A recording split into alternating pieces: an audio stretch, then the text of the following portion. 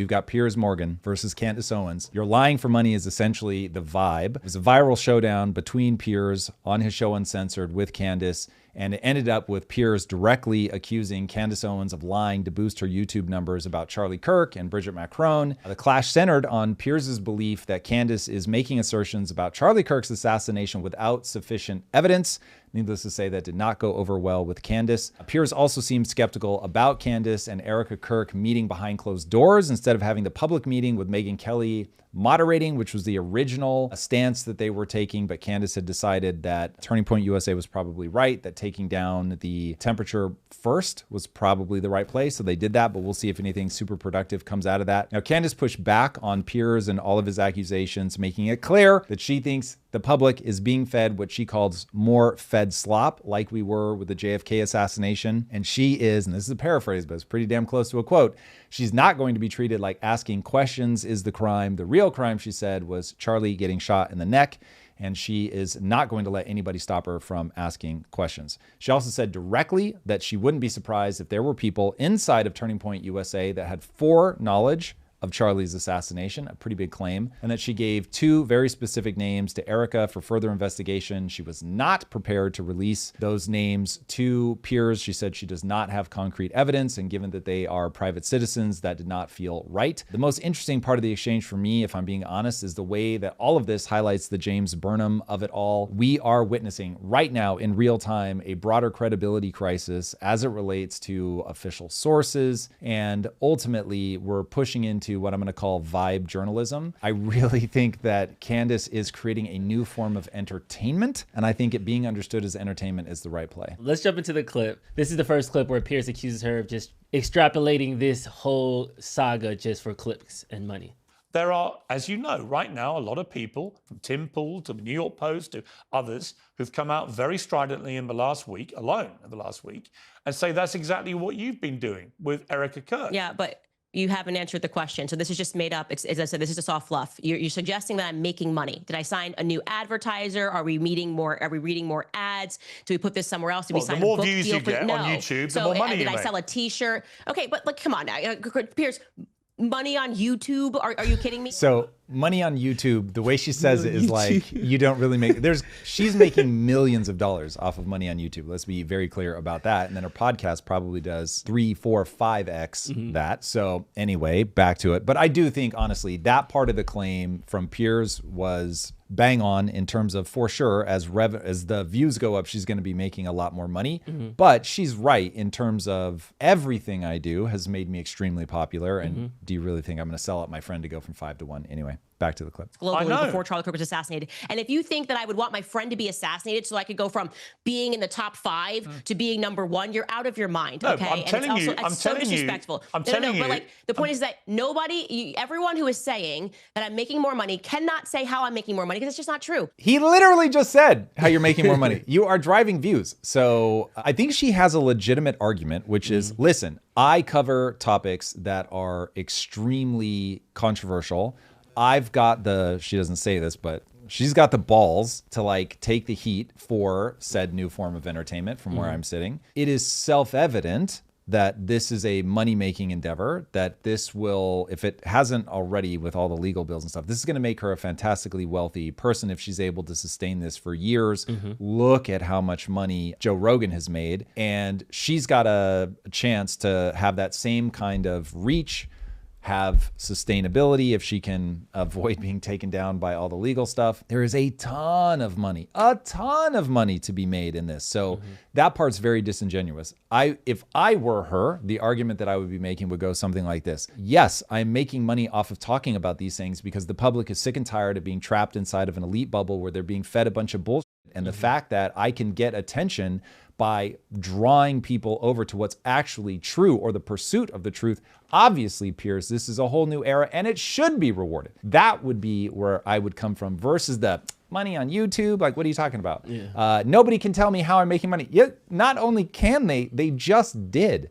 So that part is insincere. I'm not sure why she's trying to dodge that. Like, just lean into it. Yes, there's a ton of money to be made, but if you're really going to be journalistic, which I don't think she is, but I don't think she's lying. I think she believes the things that she's saying. I think she is the person that is going to rise up in this moment because she is vibes. That's seems to be how she navigates the world. She has a gut instinct. She believes that gut instinct is, I'm now being a little unfair in my paraphrasing, but like the Lord speaking to her through her gut instincts, her friends coming to her in dreams and revealing truth. It's like, okay, if you've got that worldview, then you put that all together into, well, I feel this way and therefore it's true. So pretty wild coming from somebody who pushed back so hard on, well, I feel like a woman and therefore am a woman. I would say she's falling into a very similar trap, but it shows you how humans are, in my estimation, so victimized by their own emotions. Like people are just convinced that shit is real, which is wild. I don't think this is a I'm making more money type thing. Yes, number goes up, views goes up.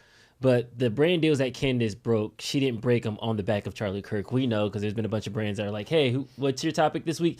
We don't want to advertise on that. We'll take a step back. So it's not like she, to her point, she didn't sign a new brand deal. These are the same brand deals she's been doing since through the summer. So I don't want to say that she went from, poverty to started talking about Charlie Kirk and now she's living in a penthouse. It's definitely nothing that drastic. Viewership numbers do go up and that does make, selling ads easier for your team. But I definitely don't think that, she's raking in the money hand over fist, to her point, just because her friend died. Like, I don't think anybody would take that deal. So I think that while we are rightfully acknowledging that she's getting millions of views for this conspiracy being drawn out this far, I just don't think that she's doing it to make the money. I don't think that's her goal. I don't think that's a motive. I don't think that's why she picked this at all, but the mechanism is she is going to always talk about whatever is going to capture the public's imagination the most. She's always going to frame things in a way that is the most entertaining. It's part of her brilliance. And people wasting time being mad about that, I think, is dumb. But her trying to pretend that that isn't the game is also dumb, in my opinion. Like, it's one of the things that gives her a weak point of credibility is when she's like making out like, what do you mean I'm making money off this? What do you mean that like my numbers going up is going to be better for the business? It's like, just own that and now get into, but I'm representing the truth. Why are you mad about that? Why aren't we talking about the veracity of the claims? Like, she has an avenue to slap him around way harder, in my opinion, but she's not taking it. And so I don't know if she's not taking it because she does have a little bit of guilt around like, okay, numbers do factor into my thinking, which is perfectly fine. Numbers factor into my thinking in terms of, okay, what are going to be the topics that the audience cares about? You need to take into consideration that you're in this like two-way dance. I'm not gonna, like, I would love to talk about video games and TCG more, but it just doesn't work with the channel. I would have to do that as a separate channel if I wanted to do that. And if I was on that channel and I wanted to talk about politics, I'd remind myself, bro, you have a channel for that. That's just being honest about the way that the dynamic works. I don't know if she's spinning herself, if she's trying to spin her audience, if she just doesn't want to talk about that part of it, or she knows that people will run with that and not talk about the veracity of the claims. But that would be my advice to her, is like, just focus on the veracity of the claims, get people to go after the argument and stay focused on that. I don't know. I think it's a spin conversation in general, because I think now we're talking about how much more money she's making versus what she's actually talking about. And I think that in general is a way to, I don't want to say defame her, like it's defamation. No, that's what he's trying to do. He's trying to get people to not take her seriously, to say, listen, the way that you're going after this is obviously money motivated. I think there are a ton of people that are predisposed to dislike Candace that are going to like run with that narrative. What I'm saying is she's got a trump card that she can play to shut that down, and she's not playing it.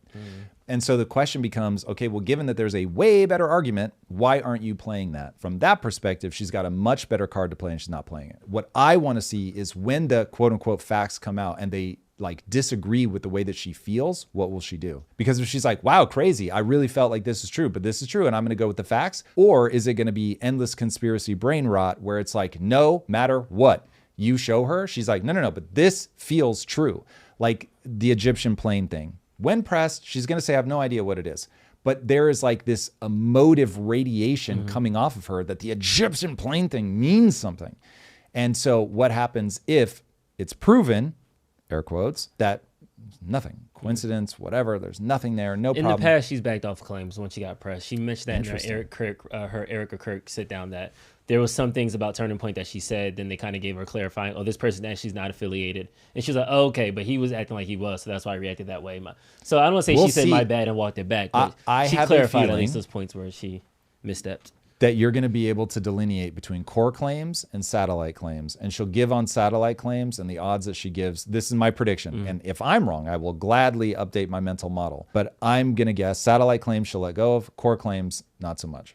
We'll see. This is all going to play out. Like, Tyler Robinson is going to be put on trial, and we are going to find out what the justice system thinks of whether he did this or not. And then we'll be able to see if she's like, no way, don't buy it, jury bias, whatever, whatever, whatever. Or if she's like, oh, wow, look at that, I have to update my mental model, because that's a core claim, right? Yeah. If what the justice system ends up saying is Tyler Robinson acted alone, will Candace Owens update her mental model and say, wow, I guess Tyler Robinson did act alone? In fact, play this clip back in a year or whatever when the trial's over, because I want to see. And then, because I am obsessed with trying to figure out cause and effect, I will certainly update my Candace Owens mental model if she proves me wrong and is like, oh yeah, cool,